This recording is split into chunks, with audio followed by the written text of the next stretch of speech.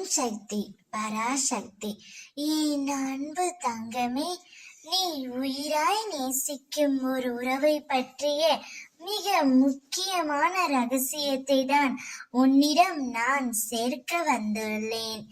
நீ என்ன நினைத்துள்ளாய்? நீ மட்டும்தான் அவரை நினைக்கின்றார், அவர் என்ன நினைப்பாரா என்ற சந்தேகத்துடனே உன் மனதில் நீ வைத்திருக்கின்றாய். ஆனால் அது அப்படியல்ல தங்கமே. அவரும் உன்னை பற்றித்தான் நினைக்கின்றார். இப்பொழுது பிரிந்து தூரமாக வந்து விட்டோமோ, அவர் என்னை விட்டு எப்படி இருப்பார்? அதே போல் பல யோசனைகள் அவர்களுக்குள்ளும் ஓடிக்கொண்டே தான் இருக்கின்றது. அவருடைய எண்ணங்கள், செயல்கள், சிந்தனைகள் எல்லாமே உன்னை சுற்றித்தான் இருக்கிறது.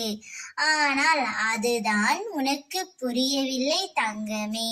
கவலை கொள்ளாதே, பொறுமையுடனும் நம்பிக்கையோடும் இரு.